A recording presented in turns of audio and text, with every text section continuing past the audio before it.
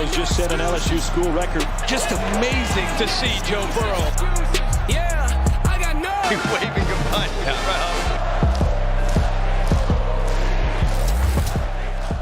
Many believe Joe Burrow will trade his Tiger stripes for Bengal stripes if Cincinnati holds the #1 pick in the 2020 NFL Draft. But according to our Mel Kiper, Joe Cool is second to Ohio State's Chase Young for the top prospect available next April. Also important to note that Tua, despite his season-ending hip injury, is right behind Burrow in that third spot. Joining us now, the man himself, our draft guru, Mel Kiper Jr. Good morning, Mel. Good morning, Mel. Hey, guys. How you doing? What's going on? What's going on, Good, Mel? good. Great to have you with us. Mel, let's start with the presumptive Heisman Trophy winner. What do you envision when you picture Burrow in the pros? Great quarterback, a #1 pick overall, Mel, to Cincinnati, and more than likely, and a guy that had one heck of a year. You talk about going from a guy that there was some doubt about coming in. How good could he be? Joe Brady's coming in, the Saints offensive system. What's going to happen to go from 57 and change completion percentage to 78? And to see the monumental difference of Joe Burrow last year to this year has allowed this fifth-year senior, where when do we ever think we'd see a fifth-year senior quarterback #1 on the board, #1 in the draft? Yeah, to be in this situation for Joe Burrow is pretty amazing, guys. And I think when you look at where some of the other quarterbacks are that we thought would be ahead, it's Tua because of the injury, maybe being the second quarterback off the board, and Justin Herbert, Oregon, needing, I think, a big game in the Rose Bowl against Jim Leonard's Wisconsin Badger defense to solidify a top 5, top 10 grade in the first round. Mel Kiper, as tempted as I am to ask you about Tua because he's at Alabama, the reality of the situation is I got Joe Burrow on my mind only in this respect. I need you to educate me about this. Okay. I know he's had a great year. I know that the likelihood he's going to win the Heisman. But damn it was just 1 year. A year ago, we weren't saying this about him. I see the development over one season. But usually when we see a marquee quarterback coming into the National Football League, they ain't some one-year wonder. They really put on a show collegiately throughout the duration of their career. And because of that, there's a body of work for us to have faith in.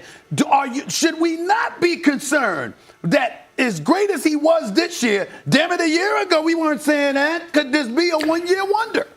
Well, he is from that standpoint. There's no question. But if you go back and look at last year, receivers were dropping passes. It was his first year as a starter. He had been 3 years at Ohio State, never played. So he comes to LSU, and like I said, he didn't have the system. He didn't have the receiving entities who were much improved this year. Justin Jefferson, Jamar Chase has been off the charts, a great sophomore. Marshall, the other sophomore. And Edwards-Helaire has really emerged at running back, catching 50 passes out of the backfield. Brissett moved on. He was a leading rusher last year, but he didn't have the skill set of Edwards-Helaire. So I think everything came together, Stephen A. I think that's the one critique you could have is he's 1 year at this level, but he did start last year. He did have a good touchdown interception ratio, but this year he went from 16 touchdowns to 48. And what you saw this year was a guy with the system that fit him, with the players around him helping him out, what he could do against a very difficult schedule as well. And we saw some great individual plays even this past week that he created on his own. So I think the competitiveness, the knowledge of this offense,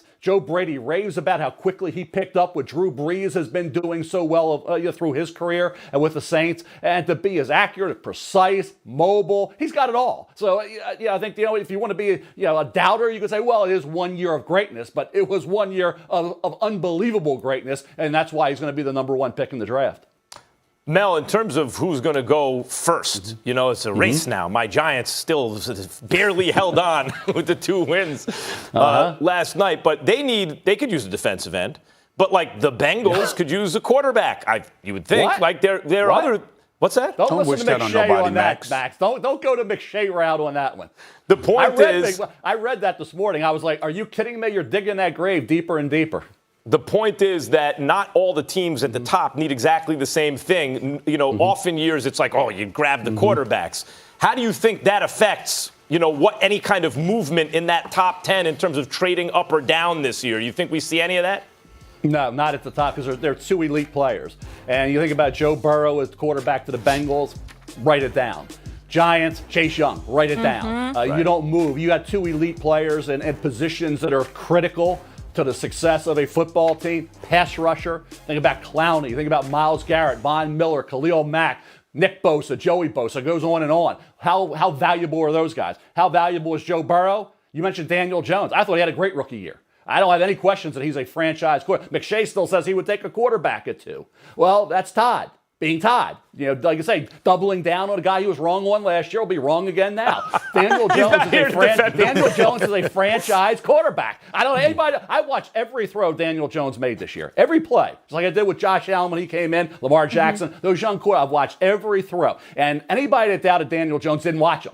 Because he's Danny Dimes for a reason. He's mobile. He's smart. He didn't have his receiving core intact during the year. He had a horrible offensive line. Barkley wasn't Saquon. Come on. Daniel Jones, for a rookie, played outstanding football. When you think about Tua, getting back to him for a quick second, people are looking at his durability, and they're wondering whether or not they should take him high or not. Where do you stand on all of that? Because obviously the game is considerably more physical on the NFL level than it is collegiately. And even though because he's such a beautiful passer, you got to believe somebody will take him. But in the same breath, because of durability issues, you have folks out there that say, no, you don't take him before middle of the first round. Where do you stand on all of that in terms of what you think might happen?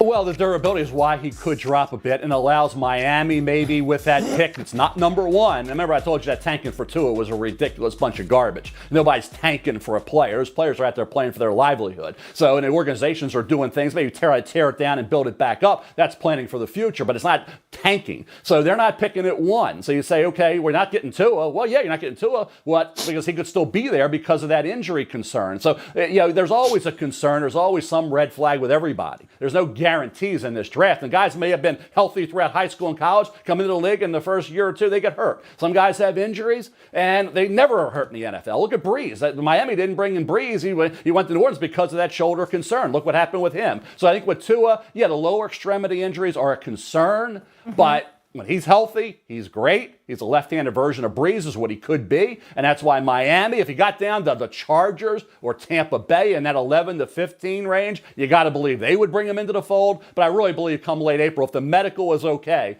he's going in the top 5 to 10 and probably to Miami. Mel, do this for me. You mentioned Chase Young quickly. I know top of your board, but in case people aren't familiar, at a pass rush university, you know what it is, the Bosa brothers. We saw what they did. I would love for the Giants to get him. How special, how much of a difference maker is this kid? Great attitude, approach. Watched this kid for a long time. This is a guy who you think about Clowney, same sack numbers as Myles Garrett. And the attitude, the approach of Chase Young, it would be perfect. I mean, he's the guaranteed number 1 player on boards, but he'll go number 2 because the quarterback obviously is going to go number 1. So there's no doubt that Chase Young could be like all those guys I mentioned that have already been great and have come in right away and been game-changing. So that's what he'll be expected to be. With Clowney, with Garrett, Von Miller, Khalil Mack, the Bosas, that's what you will expect Chase Young to be.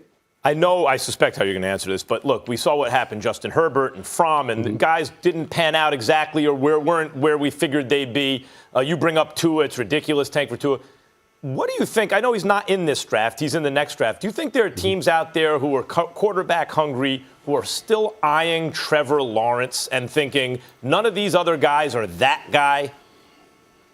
No, I think he's the number 1 guy, Max, coming out of high school, right there with Justin Fields, Trevor Lawrence was. He's certainly right there now, just like Andrew Luck. It was that same thing. You knew Andrew Luck was going to be number 1 overall. You know Trevor Lawrence will be as well. He had those 8 interceptions in the first part of the season. In last 6 games, he's had 20 touchdowns and 0 interceptions with a high completion percentage. He's been spectacular. And now he'll finally get tested against some really good teams, which he hasn't had up to this point. So the great teams await, which would be obviously Ohio State, then probably LSU. So that'll be a test for him. But no, I don't think anybody's worrying about what's happening next year. You worry about now. Players are there to win now. Coaches are there to win now. You don't concern yourself with what can happen next year because you never know where your team's going to be picking, what's going to happen with injuries. Look at Tua. He's not number 1. Joe Burrow is. We'd have been talking about Joe Burrow this time last year. We'd probably said 3rd or 4th round at best. So the last 3 years we've had Baker, Kyler, and Joe.